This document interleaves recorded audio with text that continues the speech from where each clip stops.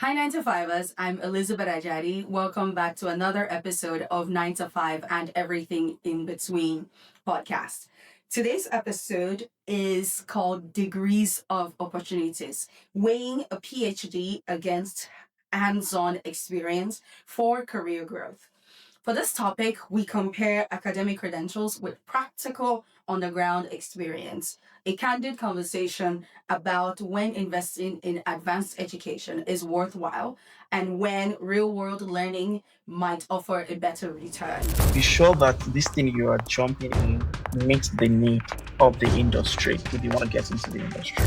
Sharing personal insights and industry examples that help our listeners decide which path might best suit their career ambitions.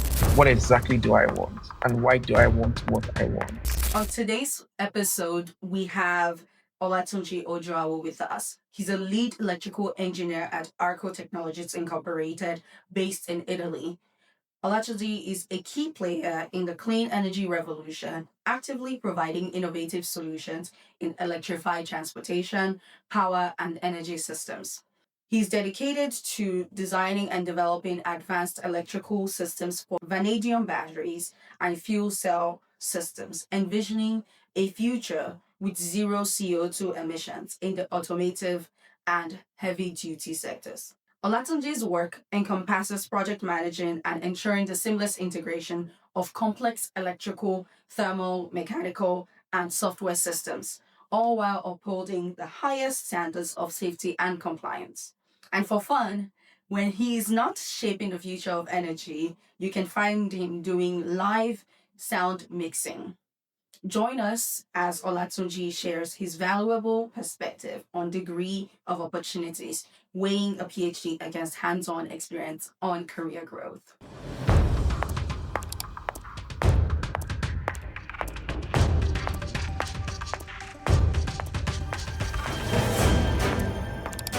Hello, 9 to 5ers. Welcome back to another episode of 9 to 5 and Everything in Between podcast.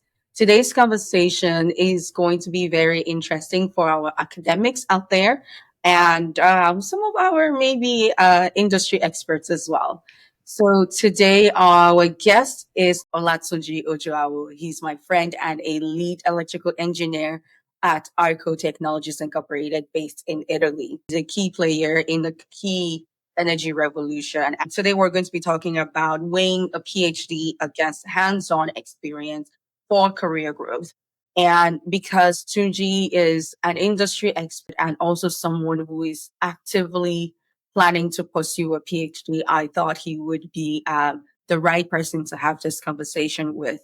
Even I personally, I've always been interested in potentially pursuing a higher degree, a doctorate degree. It's always something that's at the back of my mind, like, should I, and would it be worth it? And so that's, the essence of this conversation today. Especially as we talk about the ripple effects in society, the ripple effects in the economy, the ripple effects in politics, and you're looking at your career future and thinking, can I be doing something differently? Should I be pursuing an advanced degree to better myself, to arm myself with all the tools that I need to become a subject matter expert in my field? So without further ado, I'm going to welcome Tunji to the studio. Tunji, welcome to the studio today. Thank you very much for having me. Awesome.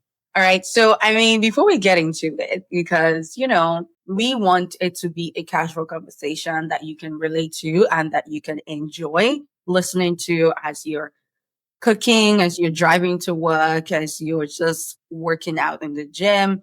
I want you to be able to enjoy this conversation. So before we dive into it, Tunji, they've listened to this bio, but they need to hear in your own words who you are, what you do, and we'll talk about some personal, professional things that's going on, what's up with you in 2025 before we dive into the conversation.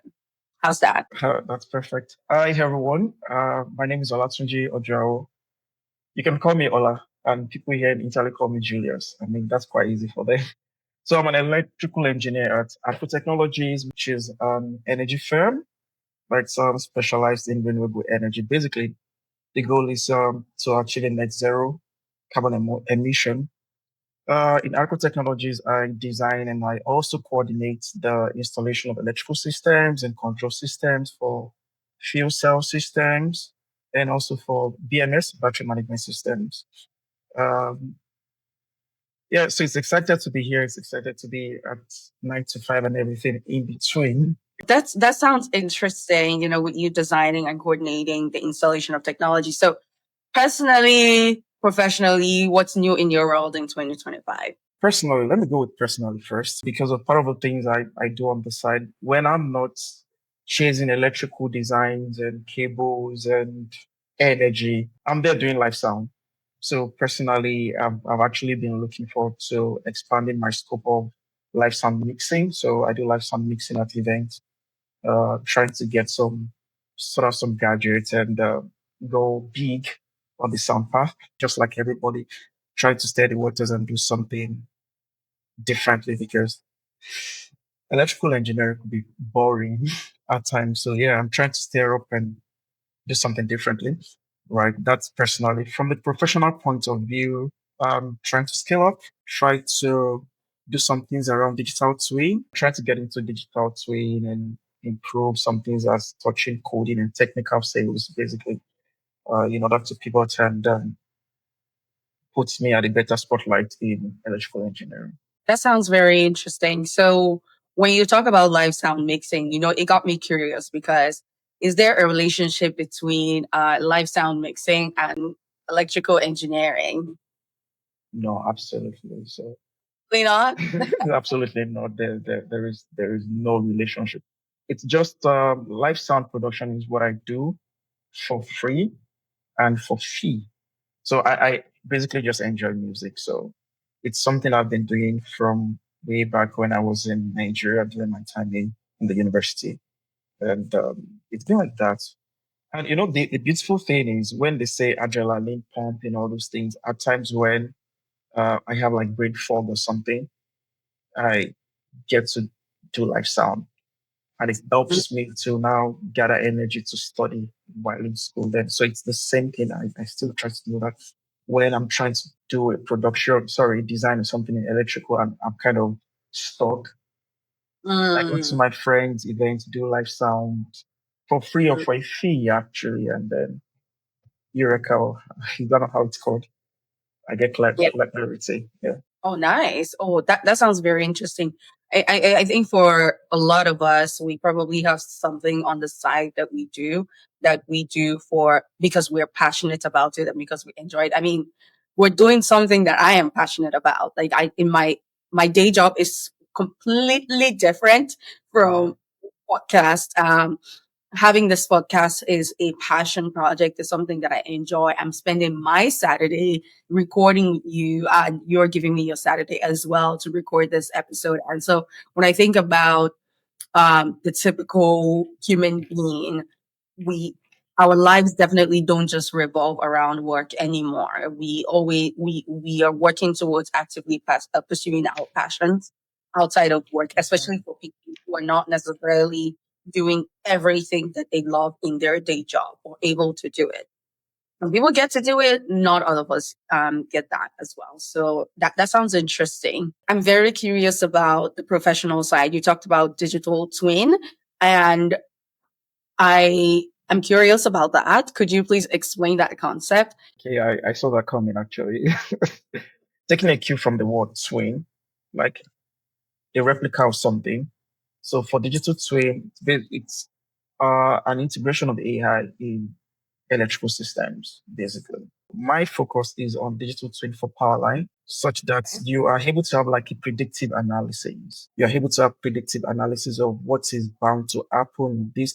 So we try to have like a disruption and try to see what could happen. Something close to simulation. It helps engineers, new generation engineers to get ready or to have like a forecast of what's possible to happen in the nearest future. If this happens, then this is so it helps us to get ready. Perhaps if there's like a breakdown, an emergency or something, we already have an idea of how to react to this. That sounds very interesting. And I love it because I'm very passionate about how technology is an enhancement for us in our everyday life, in everything that we do. And it's definitely making things easier for us. Now that we've gotten the personal and professional update out of the way, just like you shared, we're able to simulate situations and troubleshoot faster, saving time, saving resources, and quicker to results instead of spending decades or years testing and testing something. You're able to get faster results. And that's why we see over the last, I want to say 30 years, there's just been so much advancement. That is an exciting thing. And it makes me excited, especially for where we could be in the next decade. Now, let's get into the meat of the conversation. But before we do that, I'm going to have us do a what would Elizabeth do? Or in this case, a what would Soji do? Because, yeah, we're on a 9 to 5 and everything in between podcast. And, we have to get your thought about this. To preface this for the listeners, this scenario is fictitious, but I did tailor it to Olatunji's work that he does at Arco Technology, just in order to get a bit more of a practical response. So the scenario is, imagine this. At Arco Technologies has a critical long-standing industrial control system. Let's call it the Alpha Control Unit, that was designed over 20 years ago using now obsolete hardware and proprietary communication protocols. It's stable, but it has zero modern cybersecurity features and is incredibly difficult to integrate with newer, more efficient factory automation. Management is giving you a mandate: upgrade it or replace the Alpha Control Unit to meet modern security standards and integrate seamlessly with the new IoT enabled production lines. However, there's a catch. The original design documentation is incomplete, and some of the key engineers who built it are long retired or now working with a different organization. What would your immediate first steps be, and how would you approach this problem? Leveraging that specific blend of your industry knowledge that you've had over the years. So theoretical knowledge from your research and hands-on industry experience at Arco Technologies. In particular, where do you anticipate each of these strengths would be critical, and where might they require potential conflict or require careful balancing?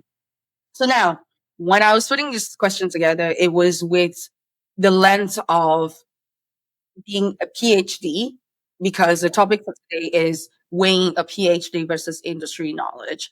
But knowing that even though you are not a PhD yet, you've done a lot of research, especially in your master's work around new technologies. And so you have the theoretical knowledge to be able to look at it from a strictly theoretical knowledge perspective and also from your industry experience. So, prefacing it for the listeners in that while our guest today is not a PhD, I'm thinking from the lens of a theoretical approach to a practical hands on approach. How would you resolve this? Thank you very much, Elizabeth. I mean, so the first time you told me about this scenario, what came to mind was, okay, this was actually what happened to me when I started working with Arco Technologies or at Arco Technologies. You know, I got into the company when they were trying to transition into or trying to update some features and also trying to transition into some solutions. And there were projects that were already ongoing, that were midway, and there were projects that the cross-functional team already had a meeting at inception, and they already defined their whys and this, what, and I jumped into the company at the heat of things, actually. But I would say that they did something for me which was beautiful. So the guy that handed over to me needed to come around for like a month. They paid him for that 1 month before, so as to understudy or show me certain things. But trust me, Elizabeth, there were so many things to watch. He actually couldn't cover up all those things. And he was just try. He just told me, "Don't worry, we figure things out. We figure things out. We figure things out." So one thing I would like to say is, if one finds himself in such a situation, you know, one needs to know the whys. Because, of course, for me, the person wasn't there. Actually, the guy was the lead electrical engineer. So I jumped right into replacing. So I needed to understand the whys. Right. By the way, everyone, I when Elizabeth talked about the research thing and co, being someone who loves to delve into research, like I'm so much passionate about research and development. So I see myself doing the electrical engineer for now in order to gather the industrial fee and also go back to the to academia. Because the long-term goal is to function in R&D, Right. contributing to the industry, novel ideas in industry is also in academic environment and academia. That's one thing that steered me going to material science in Madrid, where I did Okay. like a 1 year research, which is totally different from electrical engineering, which is Mm, fully material science. So I was working with 3D, analyzing 3D materials for novel ideas in wearable electronics and the like. I mean, it was totally different. The same thing right. with the fuel cell. We were not taught fuel cell in the masters. I had zero knowledge about what was ongoing, but it was more or less like, okay, this is research. And that's why it looked as though this workplace scenario fits what actually happened in my life. I came in there and I had zero knowledge about fuel cell, but based on my research curiosity, I Right. had to download journals. Right. Mm, So it's quite similar with someone coming in like with a PhD or something, how to consult with academic materials, in order to have an idea and also needed to understand the whys. So you said something earlier about the potential conflict, mm-mm, when if one is in that scenario and one that requires careful balance, and that is in the scenario you're coming mm, with either a PhD or with a research experience and also the mm. industrial experience where the potential conflict and hope. For people that love research, I don't have a PhD yet, but Yeah. we all know that for PhD you are going to major on a particular subject, Right. and you will become like a dawn, area of specialization. You'll be super good in that, yeah, exactly. So, that's, and one thing is for research, you don't look at the cost first. We are more Mm, focused on the solution, the novel idea. But we right. need to understand that in the industry, entrepreneurs are profit oriented. Correct. So Correct. there's definitely a potential conflict that because you're coming as someone who's passionate about research. So that was the situation I found myself because I was trying to create a solution when it comes to the voltage, trying to say, okay, how about we try to explore using MOSFET for this, but then using the MOSFET in the voltage balancing solution Mm, will mean more money. yeah. For example, let me just give an estimate. This solution or this idea or this project is going to be completed with a MOSFET with let's say $60,000. Mm, Now you're bringing in what is operational from research and all those things. It is very efficient. It is very beautiful. Like it's novel. But right. it's a go for like $70,000, $80,000.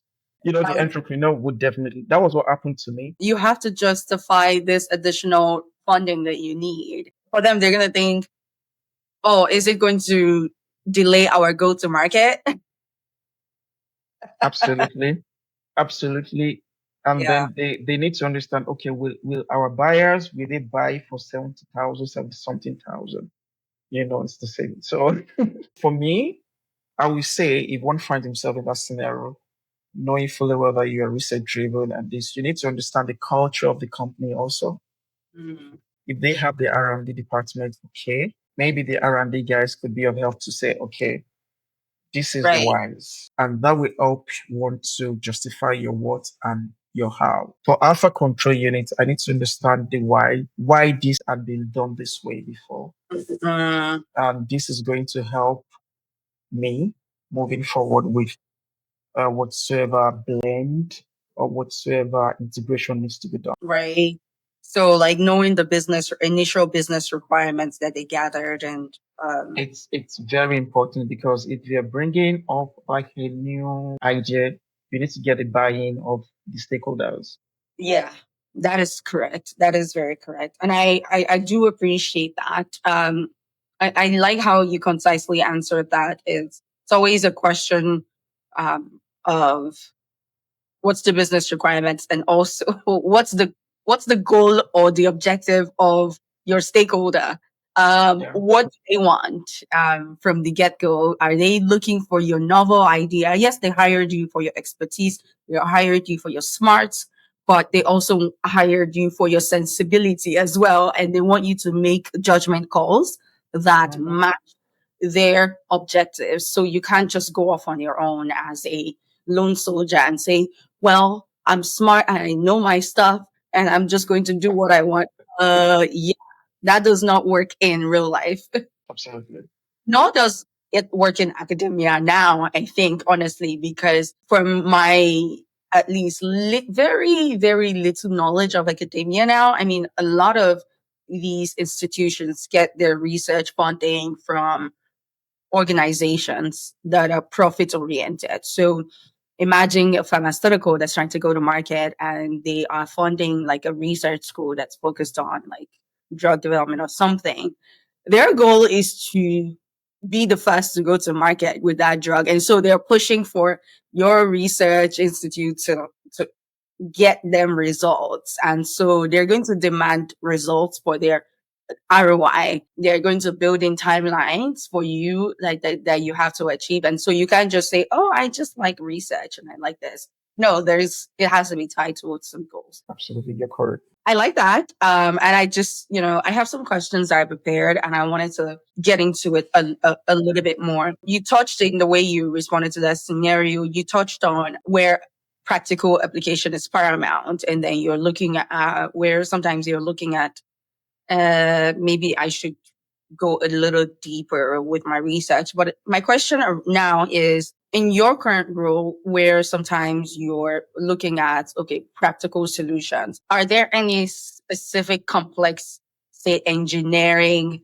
challenges that you've encountered that you believe that you could not have solved without effectively having that deep theoretical foundation? Like you can't just, I want to speak Yoruba, you can't just me. You gotta say, you know. So have you faced some complex engineering issues that you think you could have better solved with a more theoretical approach or even knowledge of that challenge? Yeah, absolutely. I mean, Are you absolutely.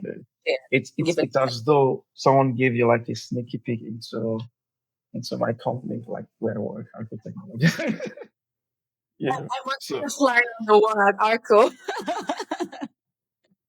yeah, absolutely.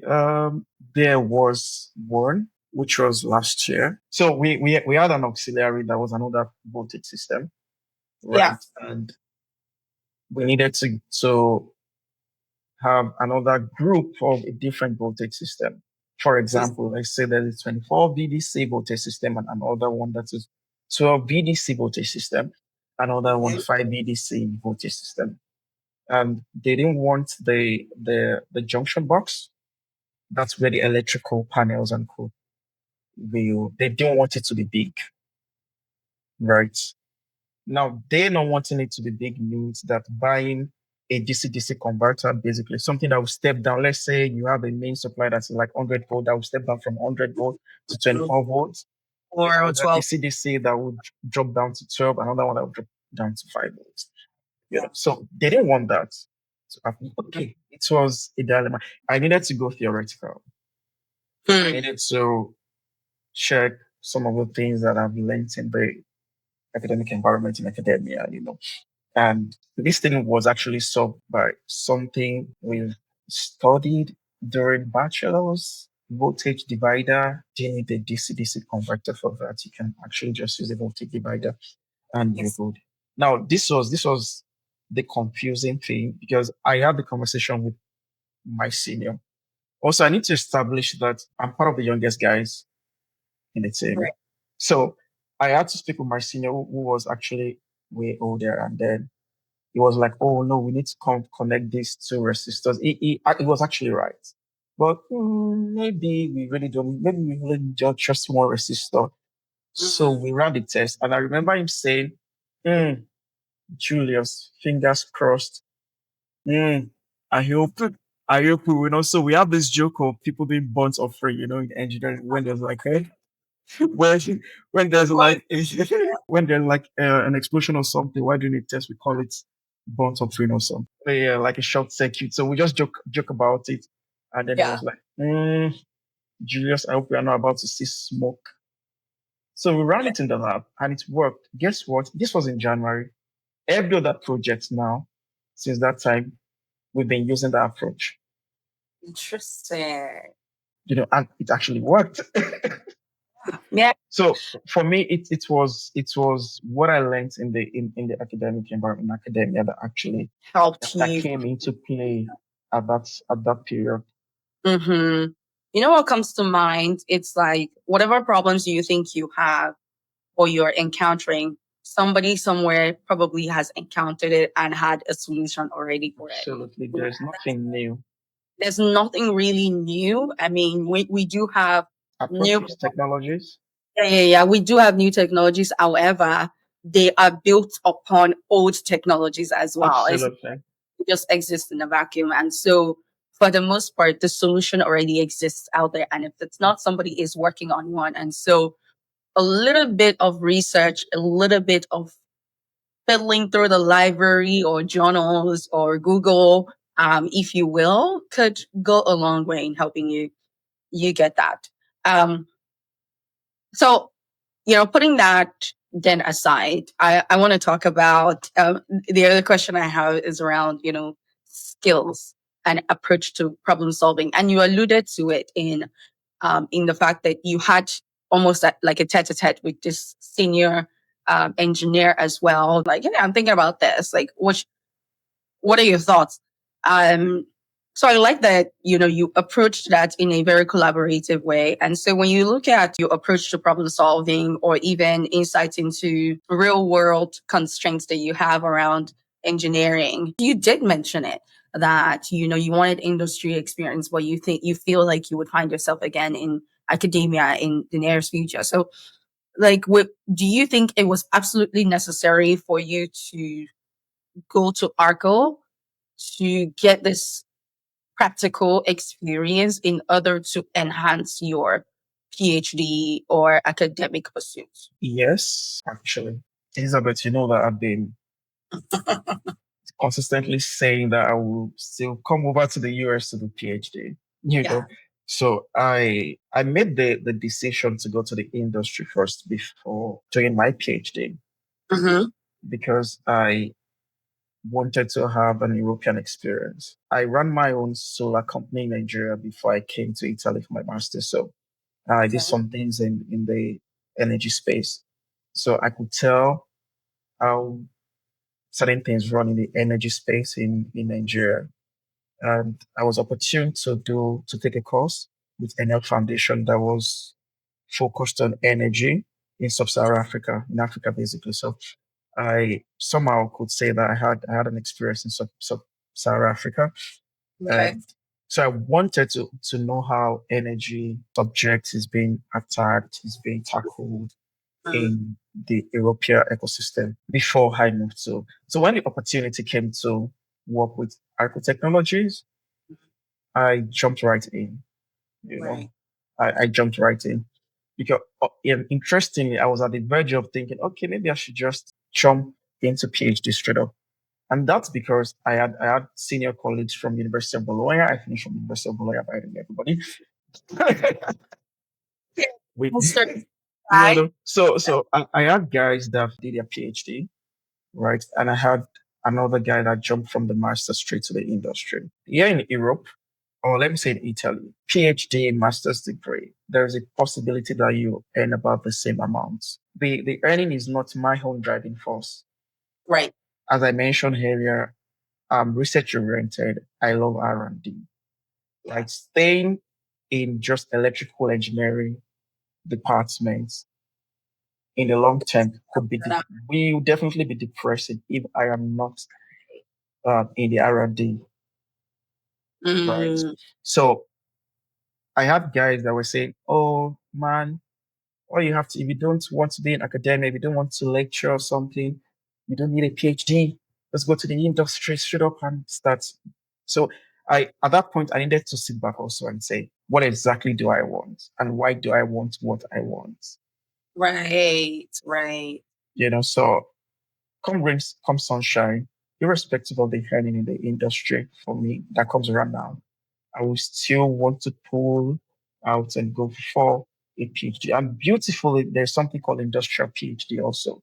So Interesting. if you don't want to leave the industry fully and focus on your PhD in the academic environment, academia, you can do an industrial PhD where the research you're doing is curated. It's a partnership between between a company and the laboratory in the university where you do your research. I think that sounds very much like what I was alluding to earlier when I said, an organization is directly funding your research for something for them, I think that sounds like an industrial PhD Yeah, because that's definitely an industrial PhD. I think if I were to pursue a PhD, I think I would like that very much because I love industry. I know, I'm not right? no. Like I love industry, and so I like the idea of actually being able to do research where I see exactly what it is purpose built for. Like, okay, it's built for this organization or for something.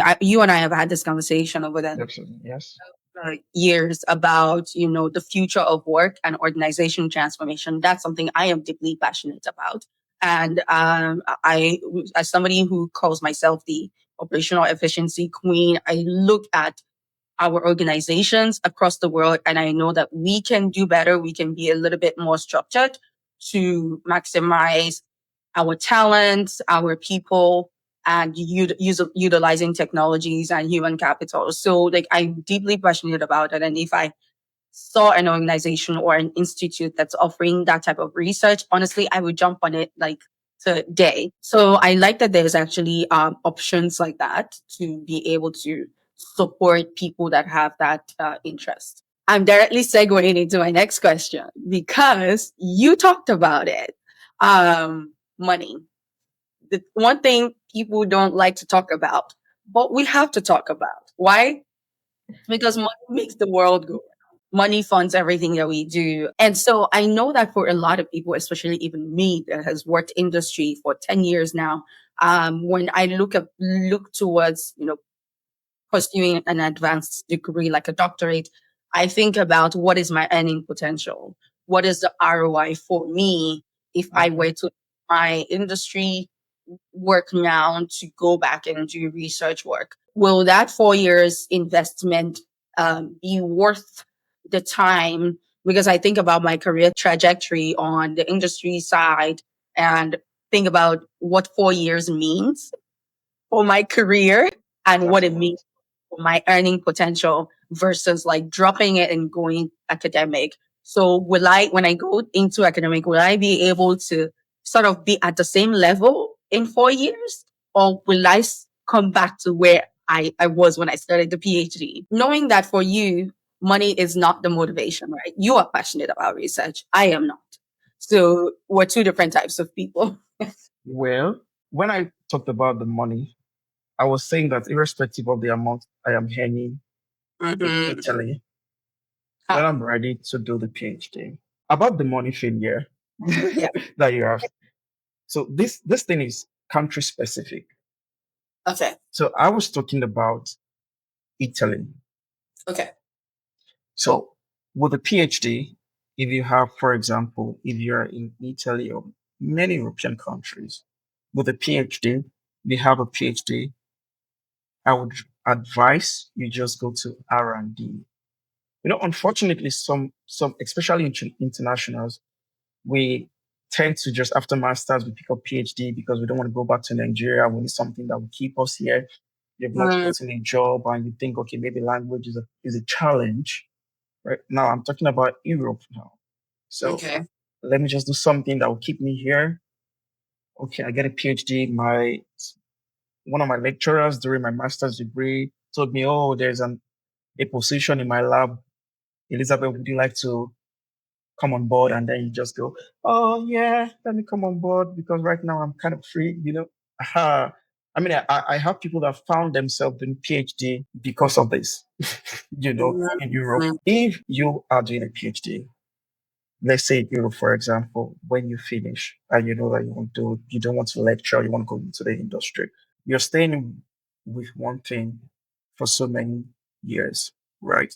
mm, Your critical analysis skills, you know, your research skills, your uh, critical thinking rather, and your analytical skills would have gone up the roof. So Mhm. why not just go into R&D? That's one thing you can leverage on. You have your PhD degree. You can leverage on that to get into the R&D department of companies, Right. right?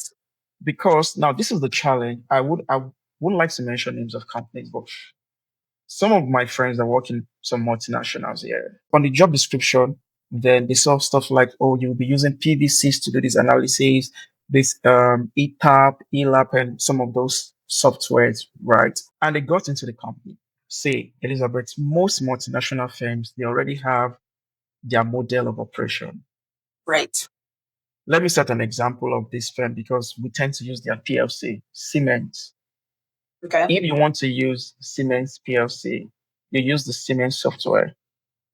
Okay. When you're writing your code, you need to use Siemens way of writing. They have their Mm. like language and everything you have to put together. Right. So you can't say that you want to be creative with using this. That's their intellectual property. That's their way of. Exactly. So they have a culture already. So now this is us using their PLC. One of my friends got into a multinational firm, an automotive firm, like a big multinational firm, right? And then it was like, Julius, all what I do is to input data on Excel and then it generates the final result because they already codified stuff already. That's all, That's amazing. you know. So interestingly, that's why I said I know in America, PhD guys they earn way better. Entry level, you have a PhD certificate because in fact PhD is like work experience in America. Hmm. So you finish, you definitely earn better than someone that just finished a master's degree. However, if Elizabeth finished, we both graduated masters in 2025, no, let's say 2020, 2022. And then Elizabeth decided to do a PhD and she finished her PhD. Let's say she did 3 years. She finished 2025. But I've been working in the industry for 3 years, right? If Elizabeth is coming into the electrical engineering space, not the R&D where you are an electrical engineer in the R&D space of the company, I Yeah. think both of us will earn almost the same amount because Mm. I have the 3 years experience. We are both going to be delivering the same solution. And that's why some companies have a department called the R&D. Mm. So the PhD guy can get into the R&D and earn way better than me, irrespective of my years of experience. Makes sense. That's a lot to think about. And, I mean, it begs the question that, or at least it means that in looking into pushing for a PhD or trying to pursue that advanced degree, a bit more, you have to be a bit more thoughtful in how you're thinking about your career. Why am I in this? Why am I doing this? And what is my future prospects? It takes a lot of out of you. It challenges you so much mentally, Yeah. emotionally, physically. Like it would drain you because you would go down a research path and realize, man, it's not supported, and you start back from ground zero. And so it's like you're seeing your baby, your life work go down the drain over and Mhm. over. You're testing, for this hypothesis that you had initially, and sometimes you have to change your hypothesis midstream. And so it's a psychological battle, I think. And so you have to go in it for the right reasons, otherwise, what's the point? And like Tunji pointed out, like you probably, especially on the electrical side or even the engineering STEM side, I think there is definitely more opportunities for people in the STEM field to find research R&D opportunities versus people that are in the arts and humanities. In my opinion, unless you become a consultant, where you have your own consultation firm, or you work with like a big uh, consulting firm like the Big Five, the McKinseys, the Essentials, where you're a subject matter expert on maybe a certain research area and helping them push research and consultation with, other organizations. I think for the most part, there is more opportunities for people in STEM to be able to find R&D opportunities. That was a lot of use of the word opportunities, but yeah. I mean, because the focus is all still all around opportunities with the PhD and with hands-on experience. So. Exactly, exactly. Okay, so Tunji just shared and dove into the earning potential that you have when you pursue a PhD or an advanced degree versus like going straight into industry. And if you do even more research, you would find that what he says is true. Some research that I found, according to the Bureau of Labor Statistics, says that individuals with doctorate degree have significantly higher median weekly earnings versus those with master's degree. Again, prefacing all of that with it depends on your area of study. Are you in the STEM field or are you in arts and humanities? Like, what is your research work about? And is there really something that you do? Somebody with a PhD in electrical engineering is very different from somebody with a PhD in sociology, for instance. And so, two completely different areas of study and research and impact, so to speak.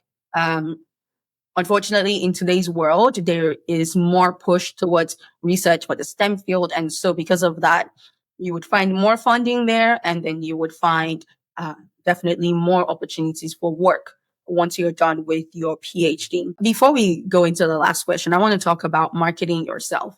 So this was not in my list of questions, but it came here, and I'm thinking I was talking about earning potential, like thinking about somebody that goes straight into the PhD, you're going into the PhD and you're thinking about marketing yourself. What are some ways that you can market yourselves so that by the time you're done with your program or your research and trying to get into the industry, if you want to get into the industry, what are some ways that you can market yourself to make you a sellable or marketable candidate for the job versus somebody that has more years of experience in the industry? Right, thank you very much for that question. One thing that is important in this time and age is awareness. It's important that your PhD, for example, you're not just doing the PhD or PhD say.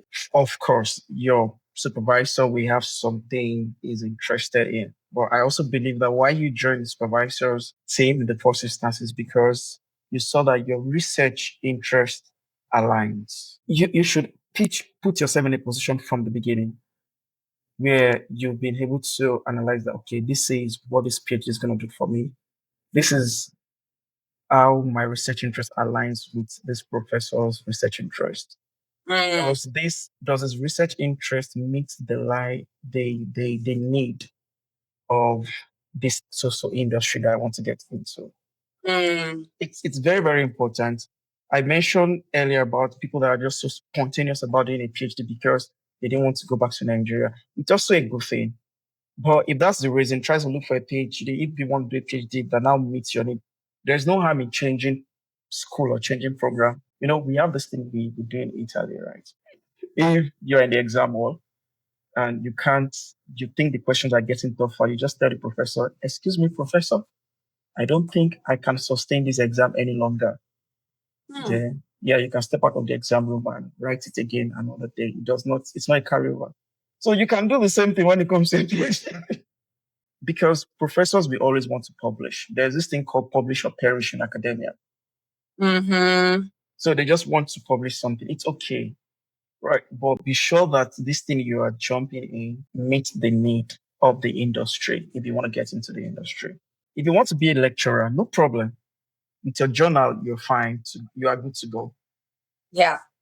So one thing is to be aware about what is going on in the industry. Right. Because there's an industrial shift and there's an academic shift. Yeah. For me, it's beautiful that the company I work collaborates with many universities. There have been PhD students come over to the company to do some research with the guys especially in the chemical department. Okay. Right, they did their research with them, they published, and it was wonderful. Like it's actually meets the need that was into electrolyzers. It's met the need of the energy space when it comes to fuel cell and electrolyzers, basically. Okay. So for that kind of person, it is very easy for him to because he has a journal to prove to show for it. Yeah. He has vast knowledge on what is going on. I mean, when I checked his LinkedIn profile, I was like, okay, this is nice, you know. So it's important for you to ensure that whatsoever thing you're jumping in the PhD, because now we're talking about how this person is going to market himself because you're just fresh out of school with a PhD. Mind you, the PhD is like a work experience. It's equivalent to me just jumping on any job, Yeah. for like 2, 3 years. I have a friend that had an opportunity for me in his lab, like he could speak with his supervisor in America and said, "Oh, should you come and do this?" But I've never seen myself in the space of mechanics. Mechanics is a part of engineering. I've never seen myself in that part. In fact, it was a problem when I did a subject here in Unibo. I studied the course for 1 year before I wrote the exam. Yeah, so imagine, oh, just because I want to do a PhD in America, I just said, okay, no problem. Let me jump right in, right? It's Right. for me, it's 3 years of wasted, or 4, 5 years of wasted effort. Does that answer your question? It does. It absolutely does. And even without a PhD and with just from the career perspective, I always tell our listeners and our viewers that you have to pursue things that you see yourself doing for the long haul, or at least you see it being a building block or stepping stone to something else that you want to do. Because if you just do it just cause, you won't be able to reap the benefits of it. Yeah, some experiences are not wasted, granted, Mhm. but however, for a lot of people, they just bounce around from one thing to the other, and they realize when they get to the mid level of their career, where I am now, they have nothing to show for it, or they're thinking about, oh, how can I tell my story? And it's so disjointed that it's so hard to tell their career story, to market themselves. So the advice that you just gave, honestly, not just applies for people in the academic field that are looking for advanced degree, but people in industry as well that are looking to have a long career in something. And this is not to say you cannot pivot at any point in your career. It's to Mhm. say you need to be intentional about the things that you push for. So, like the example that you gave, like you had an opportunity being handed to you on a platter, but knowing that it's something that you would likely struggle in because you I just would don't definitely struggle. in that it just was not, in your opinion, a good investment of your time and Mhm. effort. So kudos to you for being able to make a very well informed decision at that point, and not just looking at, oh, let me just jump at it just cause. Can I add something before you go to the final questions? Yes, of course. All right. So I was going to say that most importantly, whatsoever, of course, there could be change, career change, interest change, and all those things. But if you pick something that you're not interested in, whether PhD or career wise, if the company was not into renewable energy or something, I mean, the guys I work with, and I just need something that will keep me around for like a year in order to put me on the track I want to be. I could have picked up work with another company. But what I want to say is everyone has a creative space, right? Mm. If you are in a place where it's not your area of strength, there is a possibility that you might really not have that career growth, you know, because Yeah. it's where your mind is, you begin to consistently look for maybe conference or something in, and that's where, you know, um, the Bible says the eyes is the light of the body. If your eyes Yeah. is seeing good, your whole body will be full of light. And where your heart lies, that's where your treasure is. So where you consistently fix your focus and you're interested in, you begin to dig out treasures from there. So if it's not what you are interested in and you're just winging it, you won't even know the right news to follow in that space. You won't know the right set of people to link up with on social media, LinkedIn. You wouldn't know what kind of conference is going on.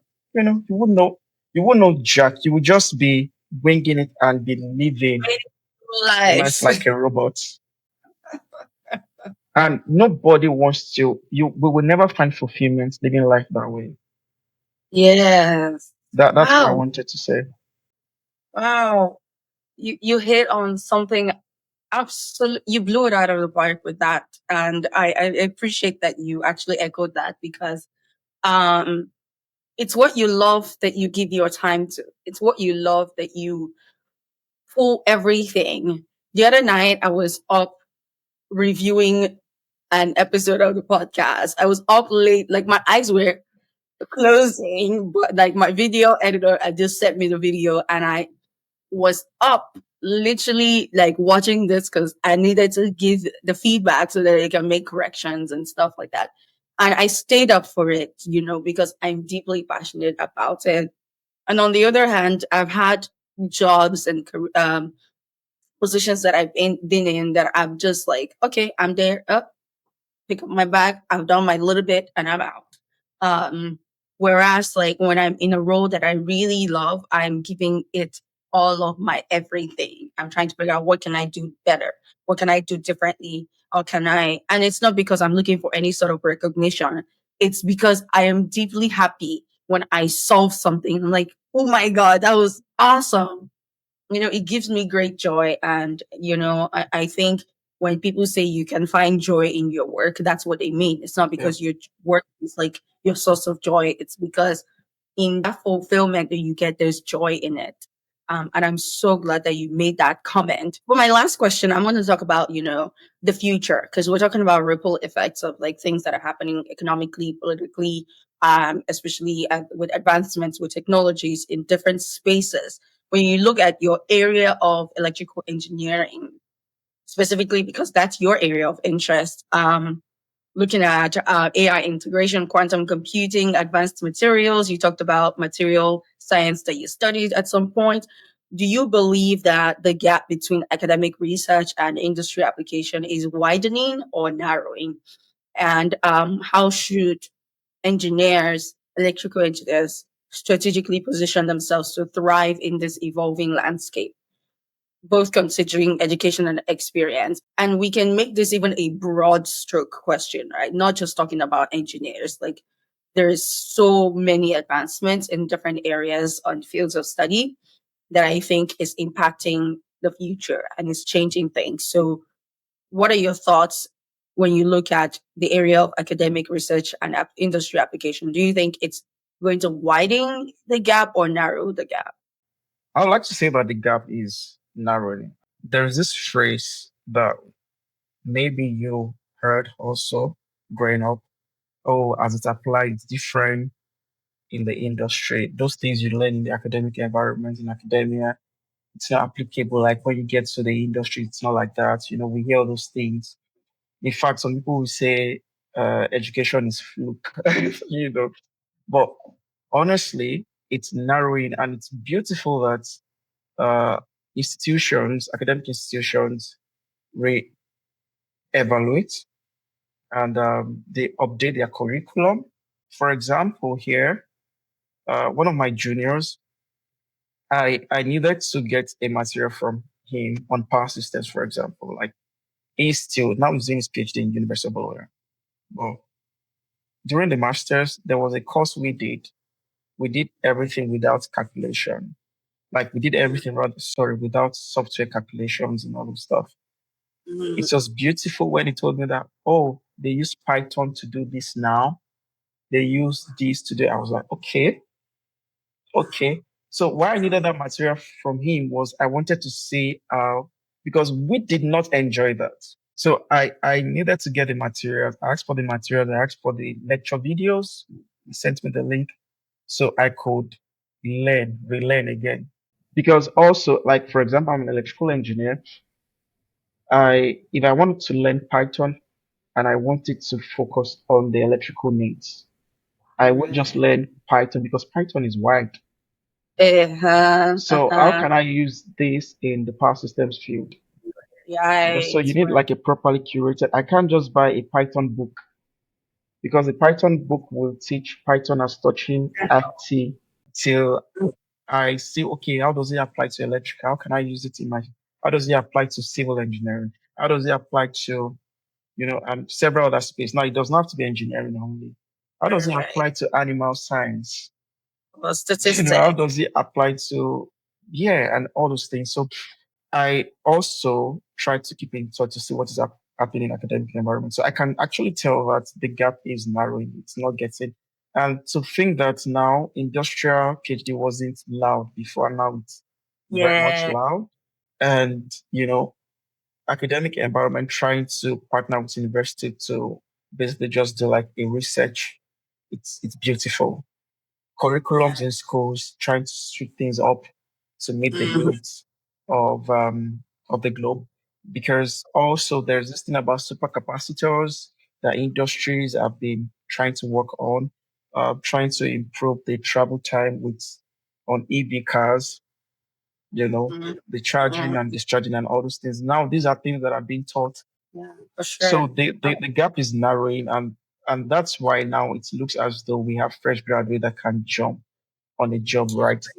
Yeah. They are not looking confused. It's not like they're doing something totally different. It's Yeah, not. it will still take some time, but I think they are on the right track, both in the industry and in the academic environment. I like that. I like that colleges now in academic fields are looking to the industry to actually shape how they're building their curriculum, and that curriculum is no longer looking quite as outdated as when I was in school, when you and I were in college, because one of the things that I struggled with when I first graduated was that, oh, my work in communications now required for me to have some sort of Google Analytics skills, which I did not have. And that actually fueled my decision to go back to get an MBA with a focus in business analytics, because I said this was detrimental to me when I was looking for a job. And so I took a year off and then went back, worked, and then went back to school for it. And so I like that in schools are now partnering with industries, and I like that we are starting to have programs like the industrial PhD programs for schools to be able to prepare students for the work environment for their future. I want to stop us here because we've definitely overshot our time, but this has been such an enriching conversation. I really like it. I've learned a ton. To recap for our listeners, there's definitely a lot for you to take away from this conversation, understanding the culture of the organization, understanding the objective of your organization when we talked about, when you want to jump in, understanding the why, gathering business requirements, marketing, understanding, being aware of what the industry is looking for, so that you are marketable when you're done with your research studies, being aware of the need of the society, the need of um, the world at large, and that would help inform what you're studying. And you can always pivot at any time. Um, do you have any final words before we close out here? Yeah, I would like to say that your dreams are valid, even if it doesn't look like it at the initial phase. Just keep at it. Yeah.